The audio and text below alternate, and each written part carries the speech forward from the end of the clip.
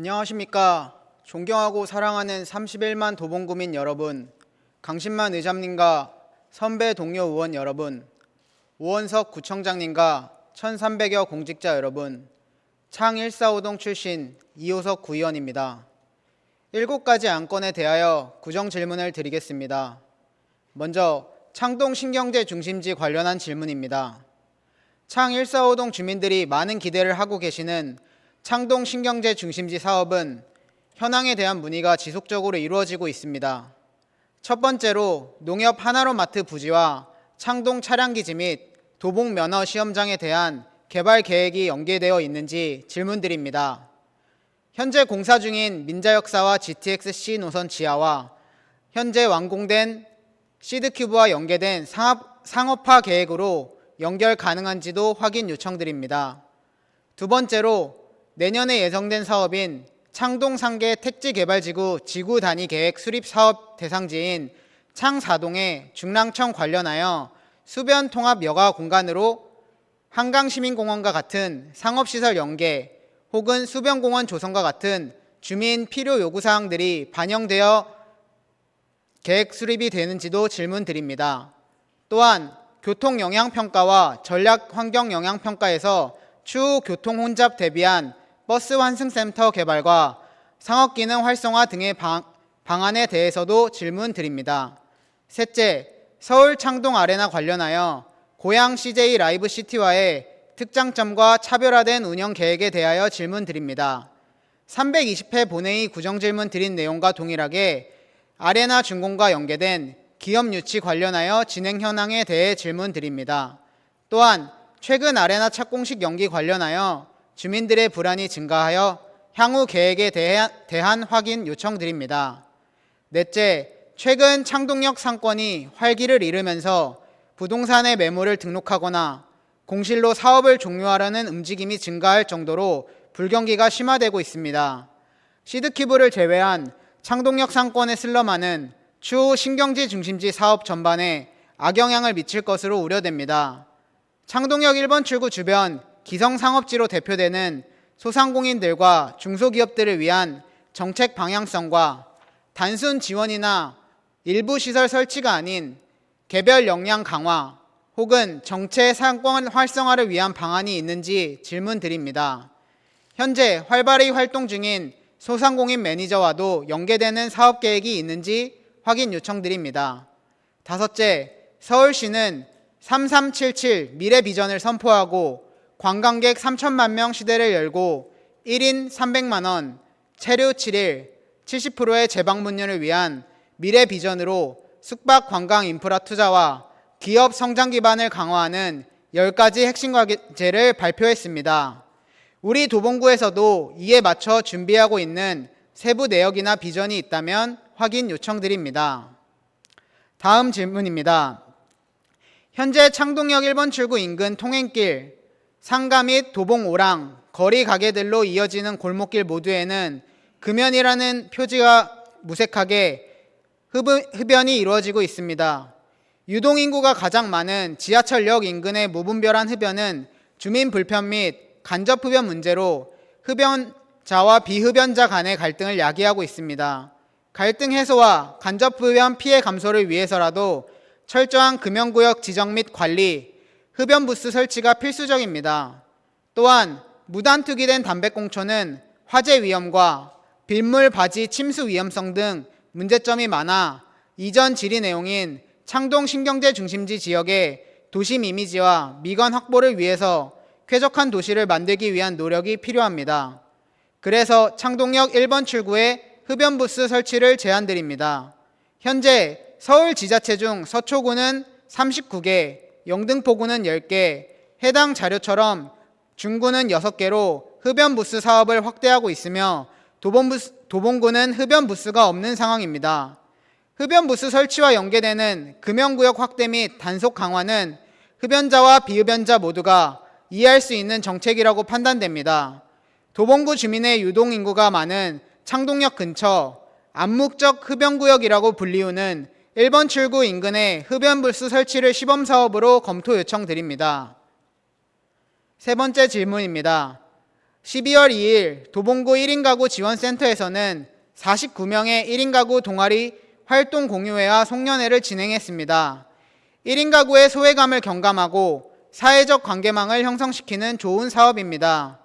청년 1인 가구의 복지를 위해 도봉구에서 신청을 받고 신원이 확인된 사람에 한하여 청년 1인 가구 미혼 남녀들의 만남의 장을 제공하는 사업으로 확장시키는 것에 대한 검토를 요청드립니다.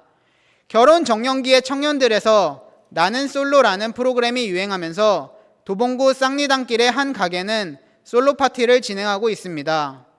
경기도 성남시는 청춘 남녀 미혼 남녀의 만남의 자리를 만드는 행사를 진행했습니다. 행사 이름을 공모하여 솔로몬의 선택이라는 사업으로 시작했는데 300명 모집에 1,700여 명이 모이는 5.7대 1의 경쟁률을 보일 정도로 많은 참여가 이루어지고 있습니다. 22년 통계를 보면 1000명당 혼인율은 12년에 6.5에서 절반 가까이 감소한 3.7로 급감하였고 서울시 공공데이터센터에 따르면 지난해 기준 도봉구의 합계 출산율은 0.573명으로 전국 평균인 0.78명보다 훨씬 낮습니다. 전쟁 중인 우크라이나, 러시아의 1.3명의 절반도 안 되는 도봉구의 출산율을 위해 많은 노력이 다각도로 필요한 시점입니다. 따라서 결혼을 장려하는 분위기 형성은 필수적입니다. 미혼 1인 가구 청년들의 사회적 관계망 형성과 소외감 경감에도 도움이 되는 사업입니다.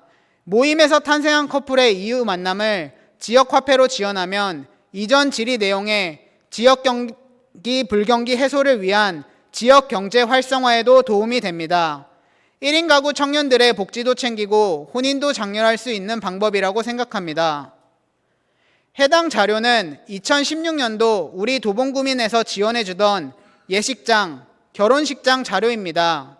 현재 해당 사업은 종료되었으며 본 의원이 청년정책연구회의 간담회를 통해 의견을 종합하여 보니 도봉구 청년들은 근처에 마땅히 결혼할 곳도 없고 여가와 문화를 즐길 곳도 없고 오후 8시, 9시가 넘어가면 식사를 할 곳도 마땅히 없다는 이야기를 합니다. 미혼 청년들의 만남을 주선하고 결혼하는 성혼 커플이 늘어난다면 기존 구민회관에서 진행했던 작은 결혼식장 사업을 재검토하여 시행하고 우리 주민들이 관내에서 활동하고 결혼하는 것까지 지원하여 다각화된 청년 복지 정책의 일환으로 연결시킬 수 있습니다. 1인 청년 가구들의 소외감 경감과 사회적 관계망을 형성시키는 청년 복지를 위해 가칭인 도봉솔로와 같은 공공 결혼식장 운영까지 연결되는 전반적인 사업 검토를 요청드립니다. 다음 질문입니다. 올해 11월 26일 발표된 2023년 초, 중 등 진로교육 현황조사에 따르면 희망 직업이 없는 중학생이 41%로 최근 10년간 가장 높은 수치입니다. 희망 직업이 없다고 응답한 학생들은 내가 무엇을 좋아하는지 잘 몰라서 내 약점과 강점을 몰라서가 대부분의 원인이었습니다. 이에 따라 흥미와 적성, 희망 직업을 찾는 진로 탐색에 관해 우리 도봉구 차원에서도 적극적인 지원이 필요한 시점입니다. 9월 9일 진행한 함께이어 프로젝트 중간 발표에 하프투게더 유스와 같은 청소년들의 자발적인 동아리 활동을 적극 지원하고 도봉구 공무원, 관내 학교 선생님, 소방서, 경찰서, 군부대 등의 관공서와 연결된 공직을 희망하는 경우 멘토링 활동 지원의 검토가 필요합니다. 예를 들어 군인이 되고 싶은 학생들을 위한 JROTC 같은 동아리의 활동을 지원하거나 담당 교사를 배정하여 현직 군인과의 멘토, 멘티 활성화 사업 또는 공무원이 꾸민 아이들을 위해 현직 직원들의 실제 업무와 시험 준비 등에 설명해주고 지원하는 공직 관련 멘토링 사업을 진행할 수 있습니다. 군인, 경찰, 소방관 등에 대한 진로 탐색 기회 증가는 이전 질의에서 언급한 저출산 시대의 문제점으로 예상되는 안보 및 치안의 위기에 대응에서도 긍정적 영향을 가져다 줄 수 있습니다. 따라서 해당 부분에 대한 검토 요청드립니다. 어린이들의 직업체험 형식의 테마파크로 운영되는 키자니아처럼 청소년 직업체험과 진로 상담을 복합적으로 진행할 수 있는 계획이 있을지 질문드립니다. 도봉구 청소년 축제 도발과 함께 우리 아이들이 꿈과 열정을 펼칠 수 있는 목표를 가지고 도전하며 성장하는 도봉구가 되기를 희망합니다. 다음 질문입니다. 최근 말라리아, 빈대 등 전 세계적으로 감염병과 벌레 관련 우려가 확산되고 있습니다. 매개 모기 및 벌레들에 대한 방역에 대한 철저한 대비가 필요한 시점입니다. 올해만 전국적으로 700명이 넘는 말라리아 환자가 발생하고 있고, 이에 대비하여 도봉구에서도 24년 말라리아 퇴치 사업을 진행 예정입니다. 도봉구 말라리아 대응 기반 구축에 대한 계획과 사업 진행에 관하여 간략한 답변 부탁드립니다. 서울시의 빈대 신고부터 방제 확인을 하는 빈대 제로 프로젝트에 맞춰 우리 도봉구도 다중이용시설과 위생 취약시설을 대상으로 빈대 제로 도봉 추진 계획을 세웠습니다. 11월에 숙박업소 23개소, 목욕탕 18개소 등 공중위생업소와 취약시설들에 대한 대처가 이루어지고 있습니다. 지난 11월 10일 도봉구에서 빈대 사례가 한 건 발견되었고, 본 의원이 파악한 바에 따르면 의심 신고 건수도 12건 이상으로 나타나고 있습니다. 12월 5일 기준 서울에서 발생한 빈대 출몰 건수는 총 93건으로 그중 45%가 고시원에서 발견되었습니다. 도봉구 관내 고시원 거주자에 대한 빈대 관련 사전 대응과 관리가 필요합니다. 해당 자료는 동대문구의 사례입니다. 빈대 대책본부를 구성하고 관내 고시원 등 주거 취약시설의 빈대 발생 신고 접수 시 현장 방문하여 빈대 발생 여부를 확인하고, 빈대 발생이 확인되면 최대 3회까지 무료 방제 소독을 지원하고 있습니다. 또한 일반 과정과 고시원 거주자를 대상으로 빈대 방제용 스팀 청소기 대여 사업을 추진할 계획으로 보건소 홈페이지에 빈대 관련한 정보를 추가할 예정이라고 합니다. 그래서 본 의원이 도봉구 보건소와 도봉구청 홈페이지에 접속해 본 바에 따르면 단순 빈대에 대한 설명과 주민 대처 요령이 안내되어 있었습니다. 우리 도봉구민에게 정보의 격차가 발생하지 않도록 빈대 관련 정보를 계속적으로 홍보해야 합니다. 그리고 대상을 다중이용시설과 위생 취약시설만으로 한정하여 시행할 것이 아닌 동대문구의 사례처럼 도봉구도 대상 범위를 확대하여 일반 가정을 위한 빈대 방역 지원 사업을 하여 모든 구민들이 불안을 해소하기를 희망합니다. 일반 가정의 빈대 방역 지원에 대한 구청장님의 구상을 듣고자 합니다. 다음 질문입니다. 행사 종료 후 환경 정비의 필요성에 대한 질문입니다. 우리 도봉구에는 많은 지역 행사 및 축제가 열리고 있습니다. 우이천 벚꽃축제, 도봉산 페스티벌, 등축제, 그린뮤직 동행 페스타, 각 동에서 이어지는 축제 등 지역의 문화를 알리고 주민 화합 및 지역 발전을 도모하는 효과를 가져왔습니다. 하지만 지난 4월 우이천 벚꽃축제가 끝난 이후 남은 쓰레기로 인하여 주민들이 큰 불편을 겪었다고 합니다. 주최자에게 환경정비 권고와 관계부서의 협조 요청에도 불구하고 행사가 끝난 뒤 평소의 모습을 되찾기까지는 일주가 넘는 시간이 걸렸습니다. 다양한 볼거리와 참여를 통하여 행복과 즐거움을 주는 행사 뒤 남겨진 쓰레기 문제가 있습니다. 하천 주변 행사를 개최할 때 점용허가 조건으로 하천법 제48조를 근거로 하천 이용자의 안전 확보 및 불편사항이 없도록 조치와 관리를 요청드립니다. 또한 하천법에는 행사 전후 사용 공간 청소 등 환경 정비를 실시할 것을 명시하고 있습니다. 하천뿐만 아니라 도봉구에서 진행하는 축제의 뒷정리에 대한 철저한 관리 및 시민 문화 확립을 위한 주민 홍보를 환경을 보호하고 도시 미관과 구민 생활에 긍정적 영향을 줍니다.